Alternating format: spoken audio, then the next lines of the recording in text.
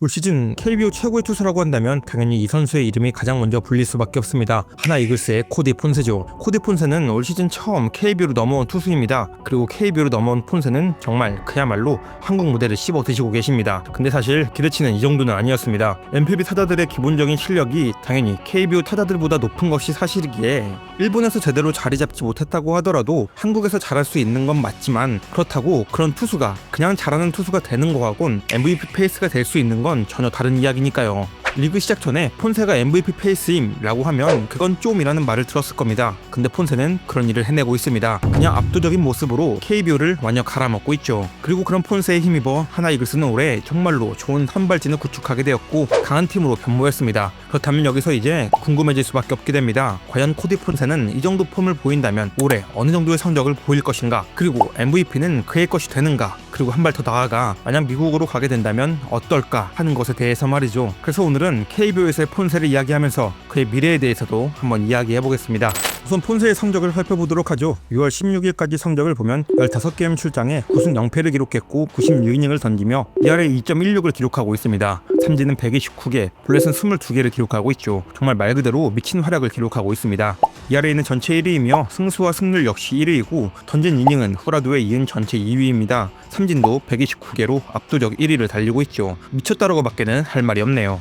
솔직한 말로 갑자기 이런 압도적 존재가 나타났으니 올 시즌 하나의 페이스가 끌어올려지는 건 어쩌면 너무도 당연한 결과일 수밖에 없는 것이겠죠. 그럼 현재 이 기록이 얼마나 미친 페이스인지, 정말 MVP를 받을 만한 페이스인지 직관적인 비교를 통해 한번 알아보도록 하죠. 최근 들어 가장 강력했던 외국인 투수 2023년 패디와 비교해보겠습니다. 어느 하나 밀리는 게 없습니다. 자책점 관리에서는 에릭 패디가 조금 더 좋다고 할 수 있지만 이것 이외에는 폰세의 기록이 더 우세합니다. 패디가 15게임을 치렀을 당시가 7월 12일이었는데 8월이 끝나갈 때쯤엔 패디의 MVP 페이스가 거의 기정사실화되었고 얼만큼의 역대급 기록을 보여주느냐인 것만 남았었습니다. 올해도 마찬가지로 보입니다. 아니 솔직히 더 엄청난 기록이 나와도 이상하지 않다고 보여집니다. 지금 폰세의 퍼포먼스는 그때의 패디 이상으로 보이니까요. 무더운 여름이 지나봐야 알겠지만 분명 지금 폰세의 퍼포먼스는 당연 MVP 모드라고 할 수 있겠습니다. 그럼 폰세는 어떤 투수이길래 이런 엄청난 피칭을 보여주는 것인지 알아볼까요? 폰세는 보통 4가지 구종을 구사합니다. 포심, 커브, 슬라이더, 체인지업이죠. 포심의 평균 구속은 153km입니다. 강한 패스트볼을 구사할 때면 157km 정도까지도 너끈히 구사할 수 있을 정도로 강한 어깨를 지니고 있습니다. 거기다 많은 비율은 아니지만 투심도 던지고 짧고 빠른 각도의 하드 슬라이더도 구사하기도 합니다. 구종 구사력과 구속에서 이미 탈크보급이라고 할 수 있죠. 게다가 폰세 선수는 최근 트렌드 중에 하나라고 할 수 있는 킥 체인지업을 익혔는데요. 이 킥 체인지업을 정말 잘 사용합니다. 17%의 구사율을 보이고 있는데 떨어지는 각도와 로케이션 모두 훌륭합니다. 45.1% 헛스윙률, 0.232의 피장타율을 보여주고 있죠. 이 체인지업이 완전히 자리를 잡으면서 이 투수가 한 단계 진화했다고 생각합니다. 정말 체인지업을 기가 막히게 잘 쓴다고 생각합니다. 과장 좀 보태서 킥 체인지업의 구사 수준은 KBO 리그뿐 아니라 MLB까지 합쳐도 탑3 안에 들어갈 수 있을 정도의 수준이지 않을까 하는 생각이 들 정도로 말이죠. 물론 그렇다고 이 체인지업만 좋은 건 아닙니다. 기록 자체로 보면 커브, 슬라이더 모두 그냥 탈크보급입니다. 변화구 완성도가 한국에 있으면 안 되는 수준의 공입니다. 물론 변화구 말고 포심도 한국에서 당연히 최상위급의 구속과 구위를 지니고 있고요.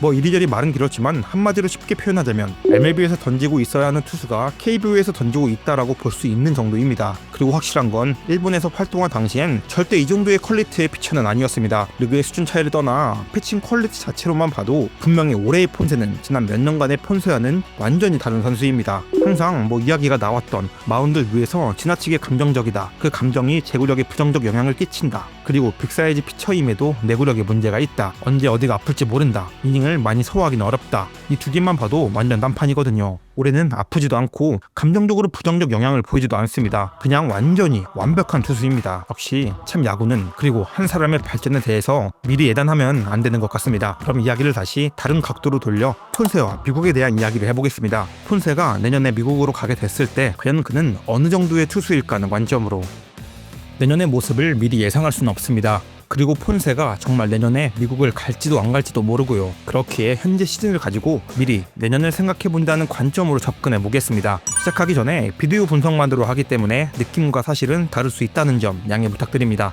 우선 구속부터 볼까요? 폰세의 평균 패스트볼 구속은 153.3km입니다. 마일로 변환하면 95.2마일이고 올 시즌 이 정도의 구속을 보이는 선수는 야마모토 요시노부 95.2마일, 루이스 카스티오 95.1마일, 라이언 페피오 95마일 정도가 있습니다.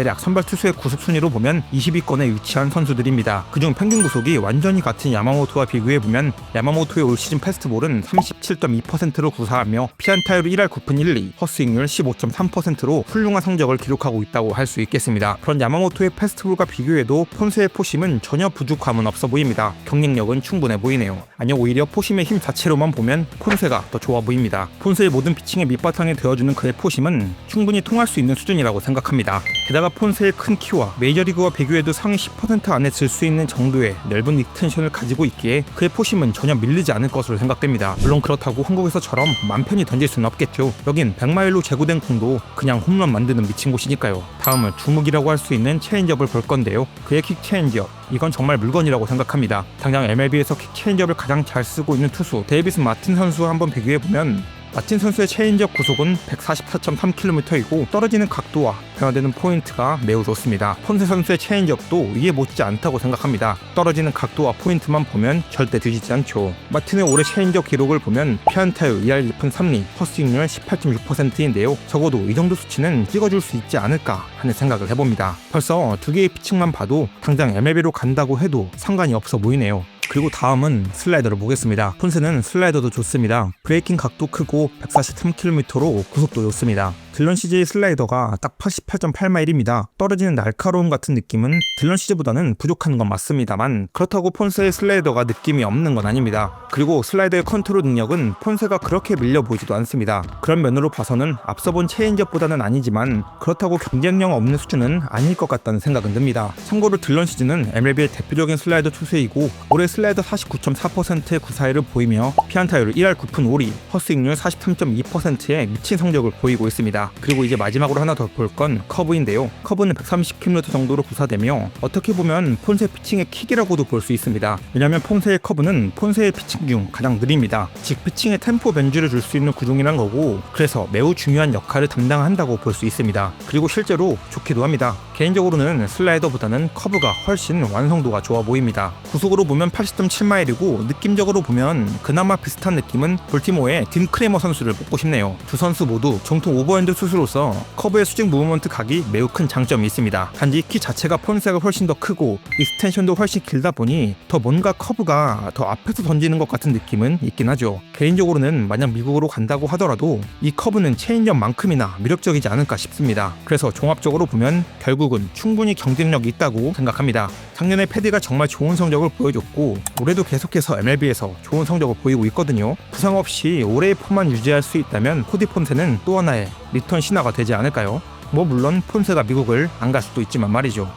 과연 폰세는 올 시즌 끝 어떤 성적을 기록할까요? MVP는 그의 것이 될 수 있을까요? 그리고 미국으로의 리턴을 실현시킬까요?